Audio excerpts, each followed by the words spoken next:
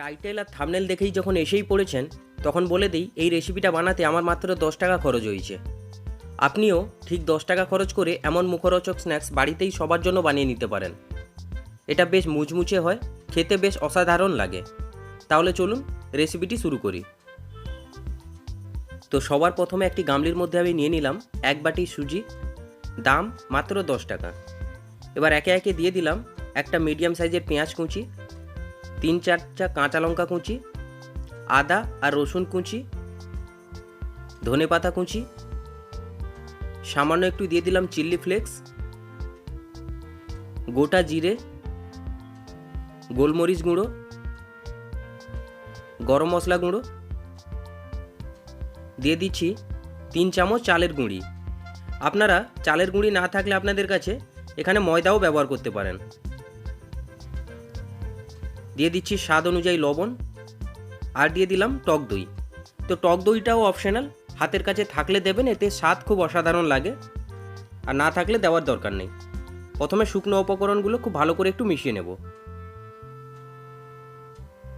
আর মেশানো হয়ে গেলে এবার এর মধ্যে অল্প অল্প জল দিয়ে একটা ব্যাটার আমি তৈরি করে নিব। তবে ব্যাটারটা কিন্তু বেশি পাতলা করা যাবে না, মিডিয়াম রাখতে হবে। তো আমি আবার একটু জল দিয়ে দিলাম। এবার সব কিছু খুব ভালো করে মিশিয়ে নেব, দিয়ে একটা ব্যাটার তৈরি করে নিব। দেখুন জল কিন্তু আমি একসাথে বেশি দিতে যাইনি, একসাথে বেশি জল দিয়ে দিলে আবার পাতলা হয়ে যেতে পারে, তাই অল্প অল্প জল দিয়ে ব্যাটারটাকে তৈরি করছি। তো ব্যাটারটা অলমোস্ট আমার তৈরি হয়ে গেছে, আর দেখুন থিকনেসটা কিন্তু আমার এরকমই হবে। তো এবার ঢাকা দিয়ে এটাকে রেখে দিব।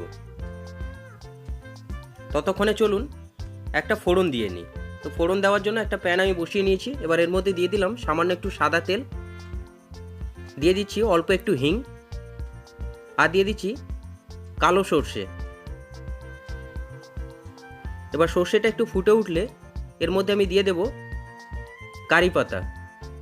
তো কারি পাতা সাবধানে যাবেন, কারণ কারি পাতা দিলে তেল কিন্তু ছিঁচে মুখে চলে আসতে পারে। এবার এই ফোড়নটাকে এই ব্যাটারের ওপরে আমি দিয়ে দেব, দিয়ে খুব ভালো করে আবার একটু মিশিয়ে নেব।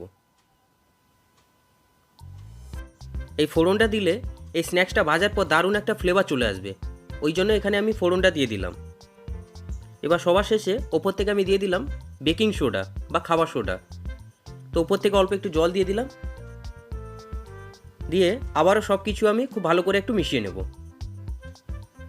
আর খাবার সোডা দেওয়ার এখানে একটাই উদ্দেশ্য, যখন পকোড়াগুলো ভাজা হবে তখনই কিন্তু একটু ফুলে উঠবে, দেখতে ভালো লাগবে। তো ব্যাটারটা আমার কিন্তু তৈরি হয়ে গেছে সম্পূর্ণ। এবার চলুন গ্যাসের কাছে যাই। তো গ্যাসে একটা কড়াইয়ে আমি আগে থেকে তেল গরম করতে বসিয়ে দিয়েছি। তেল হালকা গরম হয়ে গেছে। এবার একে একে আমি হাতে নিয়েই ব্যাটারটাকে এইভাবে দিয়ে দিব। তবে খুব গোল করে শেপ করার দরকার নেই, এমনি নর্মালি দিয়ে দিবেন, তাহলে কিন্তু পকোড়াগুলো বেশি মুচমুচে হবে। তো দেওয়ার পরে একটু সময় দেব, তারপরে আস্তে আস্তে উল্টে পাল্টে এগুলোকে ভেজে নিব। বন্ধুরা, এই পকোড়াটা আপনারা বাড়িতে একবার বানিয়ে দেখুন, দেখবেন খুব মুচমুচে হবে আর খেতেও বেশ দুর্দান্ত লাগবে।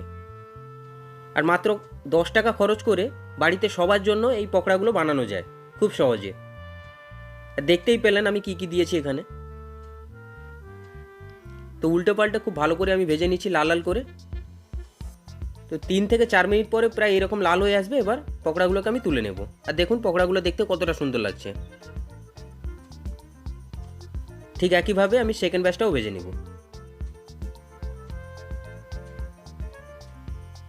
সেম একইভাবেই দিয়ে দিচ্ছি, কোনো শেপ দিচ্ছি না আমি। তো সব ভাজা হয়ে গেছে। এবার একটা প্লেটের মধ্যে আমি পকোড়াগুলোকে ঢেলে দেখাচ্ছি, দেখুন কতটা হয়েছে। দেখুন প্লেট একদম ভরে যাবে। মাত্র 10 টাকা খরচ করে দেখুন কতটা হয়ে গেল। এবার খাওয়ার জন্য অল্প একটু টমেটো সস নিয়ে নিলাম। দেখুন কতটা হয়েছে, দেখুন কম খরচে সবার জন্য একদম এই পকোড়াটা পারফেক্ট একদম। এবার আমি ভেঙে দেখাচ্ছি, দেখুন কেমন হয়েছে। বুঝতেই পারছেন কতটা মুচমুচে হয়েছে। আবার একটা ভেঙে দেখাচ্ছি, দেখুন আওয়াজ শুনে আশা করি বুঝতেই পারছেন কতটা মুচমুচে হয়েছে, আর ভেতরটা দেখুন। এবার অল্প একটু খেয়ে বলি কেমন হয়েছে।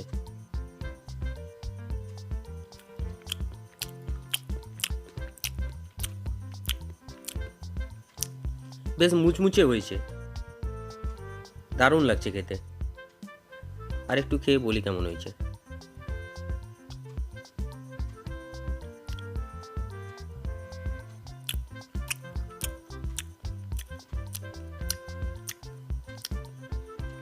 অসাধারণ লাগছে বন্ধুরা, জাস্ট ফাটাফাটি। তো আজকের এই পকোড়া রেসিপিটি আপনাদের কেমন লাগলো অবশ্যই জানাবেন। ভালো লাগলে লাইক কমেন্ট শেয়ার করবেন। তাহলে দেখা হচ্ছে পরের কোনো নতুন একটি রেসিপি নিয়ে। ততক্ষণ সুস্থ থাকবেন, ভালো থাকবেন আর সাবধানে থাকবেন। ততক্ষণের জন্য সবাইকে টাটা।